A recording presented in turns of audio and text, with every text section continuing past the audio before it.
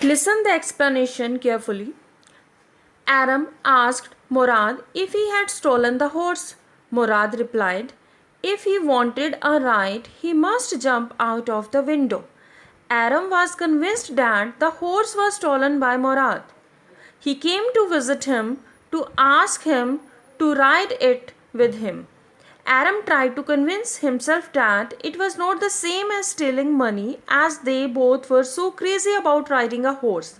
He thought that it would not be called stealing until they decide to sell it, which they would never do. Aram said, let me wear some clothes, and he came outside. He jumped down to his yard from his room's window and sat on the horse behind his cousin. Next para. That year, we lived at the edge of town on Walnut Avenue.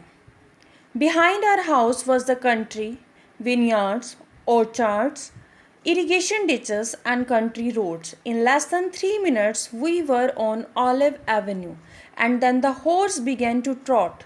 The air was new and lovely to breathe. The feel of the horse running was wonderful. My cousin Murad, who was considered one of the craziest members of our family, began to sing. He began to roar.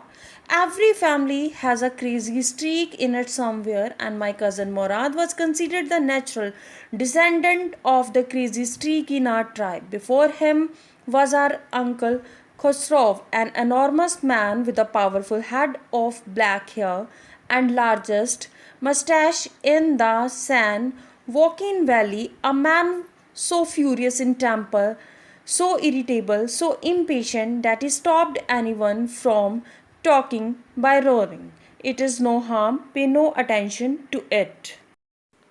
Now listen explanation carefully. Aram lived at the edge of the town on Walnut Avenue. There were orchards, vineyards, irrigation ditches, and country roads behind his house. They were on Olive Avenue within 3 minutes, and the horse started to move. The air felt new and lovely to breathe. Aram felt wonderful sitting on the horse which was running. Murad started singing loudly, who was considered one of the craziest member of the family.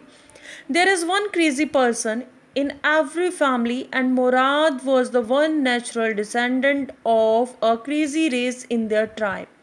Before Murad was Uncle Khosrow, was the one huge man with black hair and largest mustache in the valley. He had an energetic temper and was impatient, which was irritating. He used to make anyone stop talking by roaring and say, it is no harm, pay no attention to it. Next paragraph. This was all, no matter what anybody happened to be talking about.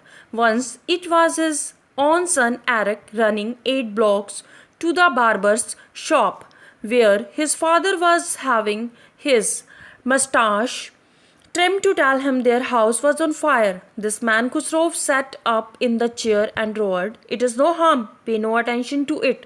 The barber said, what the boy says, your house is on fire. So Khosrow roared, enough, it is no harm, I say.